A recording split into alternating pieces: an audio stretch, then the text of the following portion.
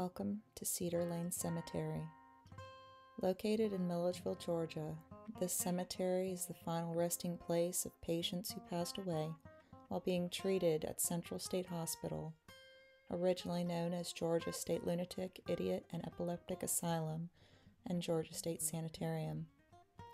This asylum, operated from 1842 until 2010, has around 200 buildings and sits on 2,000 acres. There's an estimated 25,000 patients buried throughout the grounds of the asylum, not necessarily just in this cemetery. What you see here are 2,000 numbered metal markers that used to identify individual grave sites. They just have a number on them. There's no name, there's no date of death, no date of birth, no kind words, just a number. In around 1960, prisoners who were mowing the yard found it to be a lot easier if these markers were not in their way, and they had actually picked up the markers and thrown them into the woods. The markers were later retrieved and then placed in the configuration you saw as a token of honor and remembrance of those who had lost their lives. In 1997, there was a preservation movement that came through and did some work in the cemetery. However, it is still in need of a lot of work. Here you see a mound. I'm not sure what the mound is for. All I know is that it does have pieces of what looks like fieldstone, like you see here, where there was a rock wall. The earth has just kind of swallowed it back up. There's probably about a handful of actual headstones in the cemetery. Here's one. As you can tell, it is fallen apart and in desperate need of attention and preservation. It's sad to see someone's final resting place in this state. As we go over this way, you can see again rock walls, and if you pay close attention to the ground and look where the leaves have settled, you can clearly see where the earth has sunk in, where there are graves. Again, no identifying markers, so there's no way of telling who's where. This bronze statue of Archangel Michael was donated to the cemetery and acts as a perpetual guardian to the patients who lost their lives and are interred on the grounds. It's really breathtaking, something so beautiful. And the history of this asylum is far from beautiful. Rumors of caged children, adults living in straitjackets, forced shock therapy, which includes electric shock therapy, insulin shock therapy, hot, cold, ice baths, lobotomies.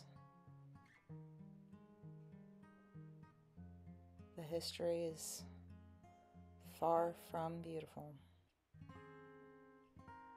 Coming up here, you're going to see one of the markers. I don't know if it's in situ, if it's actually marking somebody's grave. Is it this grave? Is it that grave? Or maybe that one, or that one, or that one, or that one. This field is filled with ruts like this one, from pine coffins. Old coffins break down. They weren't using the best of materials. They break down and then the earth caves in and you're left with ruts, clear indentations in the ground, casket size. And they're just everywhere, but not a marker in sight. So how are you to know who's where or who's who? How does family know where to come to visit their loved ones, if there are any family left to come visit. Please excuse the shaking of the video. This was before I got my gimbal. This video is actually a few different visits compiled into one. But you can see here the guardian angel has a quartz stone in his hand this time, whereas the other video he had coins. So beautiful.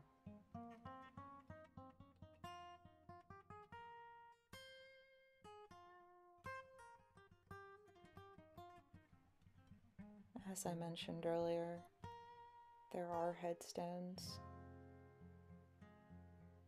but their condition is very bad. The slab needs leveling pretty bad, and this headstone is shattered.